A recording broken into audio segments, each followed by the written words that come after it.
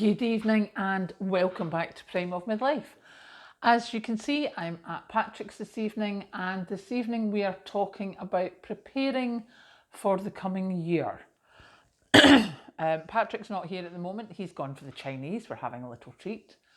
But the thing that's caught my eye today is prices, and not so much, excuse me, not so much the prices in the shops, but the talk of the oil prices. The fact that the OPEC have cut the barrels of oil coming out. Now, I think oil's about 80 something, 79 to $80 a barrel at the moment. This time last year, it was about $120.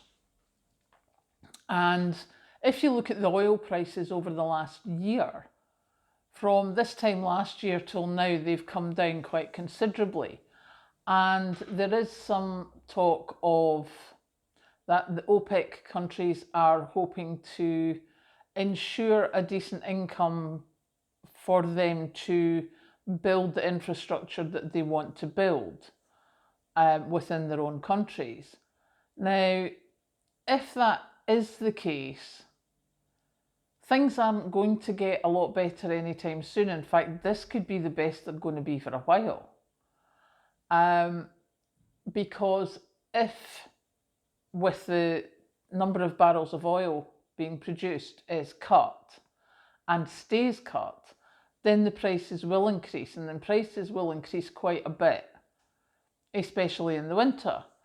So that's sort of one part of it. The other part of it is that there seems to be a complete dearth of any mainstream media, any news outlets, anything coming from the government at all about the cost of living crisis. Now, if you remember at the tail end of last year, it was like, oh, we'll do this with energy, we'll do this, we'll help out with this. And the majority of that is stopping now, or has stopped on the 1st of April. There is still some help, but business help has gone down. There's a lot of businesses who are looking at if this doesn't pick up, we can't afford it. I know especially high energy places like, like fish and chip shops where they're cooking, cafes, etc. Anything like that where there's a lot of energy. Hotels, so much energy, but not every room is booked. But you have to keep everything on in that corridor to keep the rooms warm, to keep them, everything like that. There's a lot of businesses are now seriously looking, saying, we can't do another year of this. We just can't do it. It's not worth it. So that's another little brick in the wee wall. And then again, you've got the farmers. I know that one of our local farmers' marts, I got told this morning, it's closing. So the farmers are going to have to transport the animals further to be able to sell them. Now, I think, was it 2 years ago, sheep farmers, it wasn't worth their while putting the wool to market, because by the time they sold the fleece, it had already cost them too much. They weren't making anything on it, never mind, they were barely covering costs.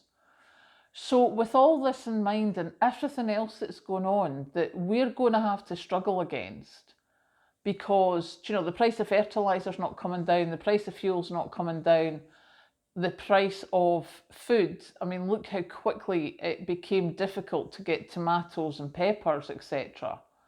It didn't take long for them to say, oh, there's a bit of bad weather in Spain, and our supermarkets were almost empty. So my planning for next year is growing things, as you can see. I don't for 1 minute think I'm going to do very well at it, but we're making attempts and we'll get better each time. So I'm going to go and grow things. I'm going to stockpile more. And for energy, Again, I'm going to take the bubble wrap off the windows this week, because that should hopefully, you know, if we get a frost, it's only going to be 1 or 2. It's not going to be prolonged.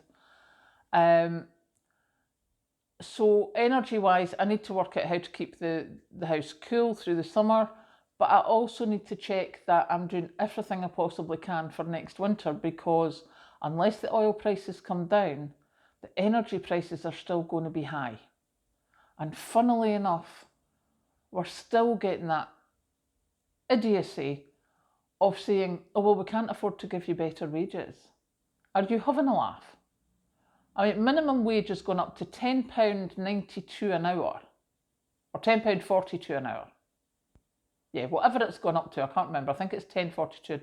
It's £10.42 an hour. It's a 92 pence, 92 pence increase, or words to that effect. Now, I looked up our local council, and they were looking for a business administrator kind of person, and the wage was £11 an hour. Why? That's the kind of job I do. I'm not doing that for £11 an hour. Just above minimum wage? I don't think so. So then I went and looked at Hackney Council, who are looking for cleaners, although they don't call them that. I think they call them hygiene experts or something, or cleansing something or others. I mean, they're paying them £13 an hour, which sounds so much better than the business administrator up here, until you look at what their costs are in London.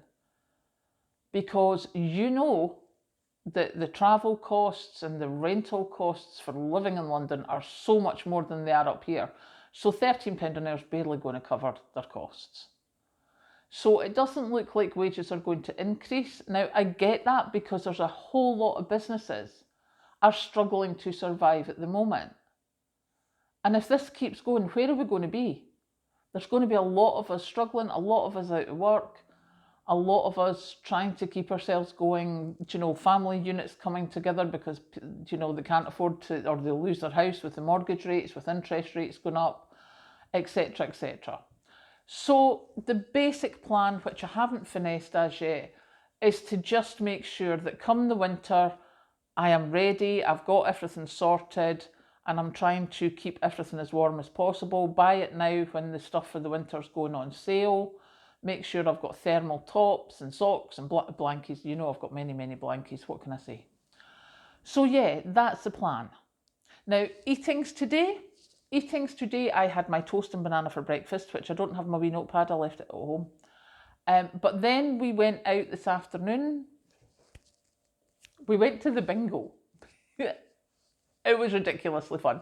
However, you could get macaroni and chips and a cup of tea for £2. So that was what we had for lunch. And Patrick's away out to get dinner. We're having a takeaway tonight. He's paying.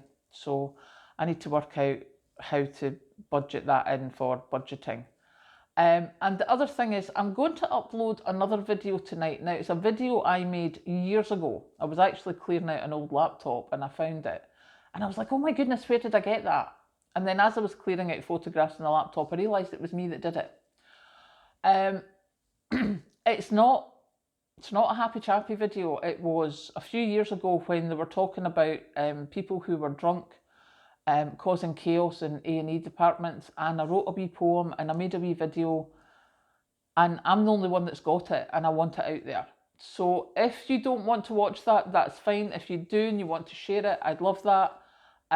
But yeah, please don't feel you have to watch this one, because it's not exactly a happy chappy video, but I want it out there. So it's going to get uploaded just after this one. Or no, actually, I think I'll wait till tomorrow morning. I'll let this one run and then I'll put that one up tomorrow morning. It's called Did You See Me? And as I say, it's rather a dark kind of video. So if you don't need to be having your mood darkened, then don't watch that tomorrow morning. I'll schedule it to go out about 8 o'clock tomorrow morning. But apart from that, I am off to go make cups of tea, because we're going to have our takeaway. I hope you're having a fabulous Easter weekend, and I will catch you later. And Patrick would have said yay.